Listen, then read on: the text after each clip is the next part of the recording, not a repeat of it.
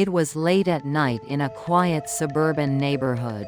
The streets were empty, the houses lined with winter shadows. And inside one of them a grandmother sat alone, listening to the ticking of the clock. Suddenly, her grandson Ethan, just 11 years old, climbed into her lap. His face was buried against her knees, his shoulders shaking with sobs. This was a boy who was usually cheerful, full of chatter, always eager to share stories from school. But tonight, his words were heavy with fear. He said he did not want to move into his mother's fiancé's house. He said it felt dangerous. The grandmother froze. Ethan had never spoken like this before. And then came the words that chilled her to the bone. He was afraid of being hurt again. He whispered that Michael's son, Daniel, had already told him he didn't want Ethan living there. That he would make sure his father belonged only to him. For a child to speak of violence and rejection so clearly, it was devastating. Years earlier, tragedy had already reshaped this family. Emily, the grandmother's daughter, had lost her husband in a sudden accident. A drunk driver had struck him down on a Saturday morning, leaving her widowed at a young age and Ethan fatherless at just 4 years old. Emily had vowed then to live only for her son. She worked tirelessly, burying her grief, raising Ethan with quiet strength. For years, she kept that promise, never dating, never seeking companionship. But time has a way of softening even the hardest vows. One day, Emily's mother noticed something different. Her daughter's face carried color again. Her lips touched with pink. Flowers brightened the living room. Emily had met someone new. His name was Michael, a man in his 40s, divorced, raising a teenage son. He seemed polite, respectful, the kind of man who could bring stability. Emily spoke of him with hope, saying he wanted to be a good father to Ethan. For the grandmother, it was bittersweet. She worried about blending families. But she also wanted her daughter to smile again. At first, Michael's son Daniel seemed harmless. He was tall, quiet, reserved. He greeted politely, sat silently at dinners, never caused a scene. But there was something unsettling. The boy never truly smiled. The families tried spending time together. They went to an amusement park, rode roller coasters, took photos. On the surface, it looked like a happy day. But when they returned home, Ethan shut himself in his room, refusing dinner, pale and withdrawn. The truth revealed itself in secret. Days later, the grandmother discovered Ethan's diary tucked away in a drawer. Inside were drawings, family dinners where everyone smiled except him. His face shaded gray, isolated, while Daniel laughed beside his father.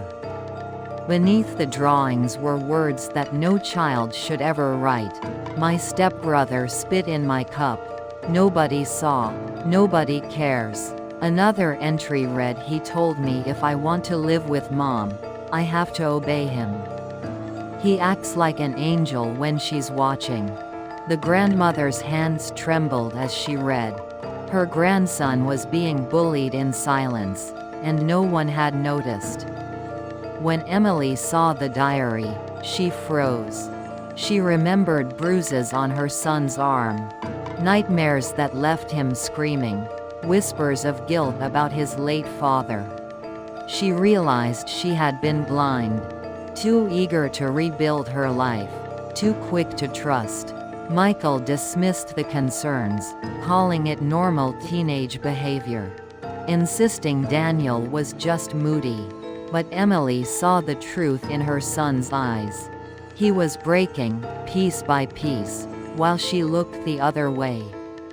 One evening, Ethan handed his mother a small note. It read, "I'm glad you're smiling again, Mom. But I feel sorry to Dad every day." Emily collapsed in tears. She realized her son felt invisible, abandoned, and guilty for her happiness. The next day, she met Michael in a cafe. She told him plainly the marriage could not continue. Her son's safety came first. Michael tried to argue, but she was resolute. Within weeks, the engagement ended. Michael and his son moved away, leaving only silence behind. Slowly, the household changed. Ethan began to smile again. He came out of his room, sat in the sunlit living room, peeled oranges with his grandmother. He laughed at puzzles, showed off his drawings, rediscovered joy. Emily, too, transformed. She put away her phone after work, sat with her son, read books together, painted pictures. The home became a sanctuary again. One night, Ethan asked quietly, "Grandma, our house is safe now, right?" And for the first time, the grandmother felt peace. The seasons shifted. Spring brought green leaves. Summer filled the air with laughter. Ethan's voice once again echoed through the house, bright and unbroken. Emily found herself calmer, more present. No longer rushing to fill the emptiness with someone else's promise. She realized that love itself was not wrong. But what mattered most was what she chose to protect first. This story is not about a failed romance. It is about the fragile heart of a child, and the responsibility of a parent. Love can be found again, but a child has only one mother. Family is not defined by blood or promises, it is defined by protection, empathy, and presence.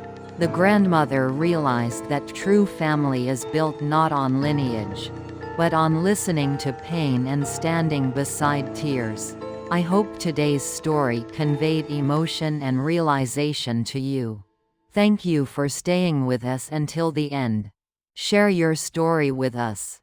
We'll tell your story to the world. Those whose stories are selected will receive a gift.